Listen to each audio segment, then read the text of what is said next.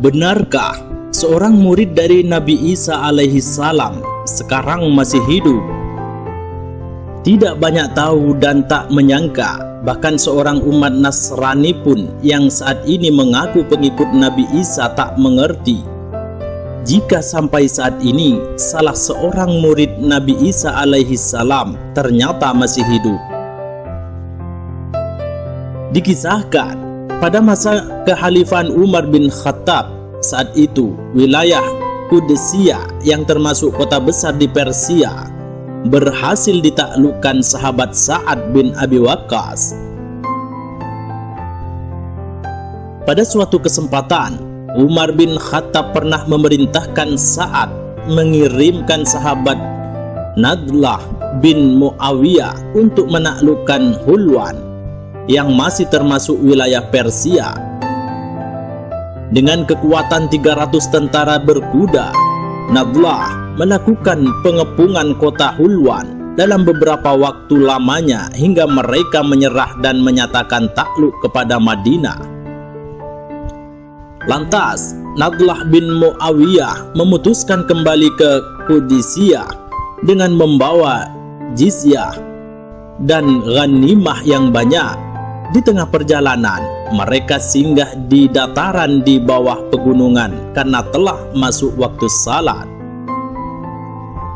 Ia pun kemudian bangkit untuk memandangkan adzan, namun yang mengagetkan di sela-sela sahutan adzan dari pasukannya, terdengar suara lain dari atas gunung yang menimpali panggilan azannya Suara itu terdengar cukup jelas ketika ia melantunkan Allahu Akbar, Allahu Akbar.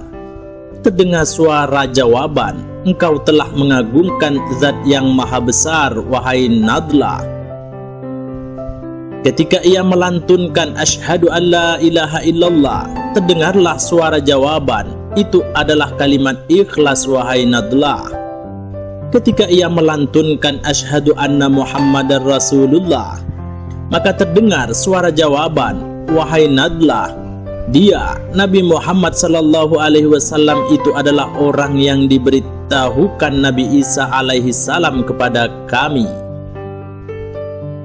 Ketika ia melantunkan Hayya 'alas shalah, terdengar lagi suara jawaban, "Sungguh beruntunglah orang yang mengerjakannya secara istiqamah." Dan di waktu ia melantunkan Hayya 'alal falah, lantas terdengar suara jawaban, "Sangatlah beruntung orang yang memenuhi ajakan Nabi Muhammad sallallahu alaihi wasallam. Itu adalah jaminan bagi umat Muhammad sallallahu alaihi wasallam." Ketika ia melantunkan Allahu Akbar, Allahu Akbar, la ilaha illallah, terdengar suara jawaban, "Kamu benar-benar ikhlas, wahai Nadlah. Sungguh Allah akan mengharamkan jasadmu dari api neraka." Usai azan dilantunkan Nadlah, ketakutan sempat menyelimuti mereka. Meskipun perkataan gaib itu membenarkan keislaman dan apa yang sedang mereka lakukan, maka Nadlah sebagai pemimpin rombongan pasukan itu berkata, "Wahai hamba Allah, siapakah engkau? Semoga Allah senantiasa melimpahkan rahmatnya kepadamu. Apakah engkau malaikat, jin, atau hamba Allah lainnya? Engkau telah memperdengarkan suaramu kepada kami, maka tunjukkanlah bentuk tubuhmu. Aku adalah tentara Allah, bala tentara Rasulullah sallallahu alaihi wasallam, dan bala tentara Umar bin Khattab." Tiba-tiba muncul seorang yang sangat tua, berambut dan berjenggot putih, memakai pakaian bulu yang sangat sederhana, dan berkata, "Assalamualaikum warahmatullahi wabarakatuh." Orang tua itu berkata, "Aku adalah Zarnab bin Bar'ala, murid, sahabat, dan orang yang sangat dipercaya oleh Nabi Isa. Aku ditempatkan di gunung ini dan didoakan Nabi Isa panjang umur hingga waktunya beliau turun lagi ke bumi dari langit." Nadlah dan kawan-kawannya terheran-heran mendengar perkataannya itu.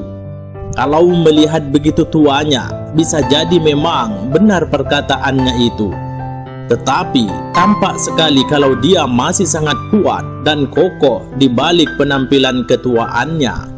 Tidak ada tanda-tanda kelemahan sama sekali. Zarnab bin Bar'ala lantas berkata lagi, "Karena aku tidak bisa bertemu langsung dengan Rasulullah Shallallahu Alaihi Wasallam, begitu juga dengan Umar bin Khattab, maka sampaikanlah salamku kepadanya dan sampaikanlah ucapanku ini kepadanya." Setelah itu ia lantas melanjutkan perkataannya, "Wahai Umar, bekerjalah yang keras karena sesungguhnya hari kiamat telah sangat dekat, dan sampaikanlah kepada umat Muhammad sallallahu alaihi wasallam, jika nanti telah terjadi peristiwa-peristiwa di antara mereka, apa-apa yang akan aku sampaikan, hendaklah mereka lari, hendaknya mereka menghindari sejauh-jauhnya.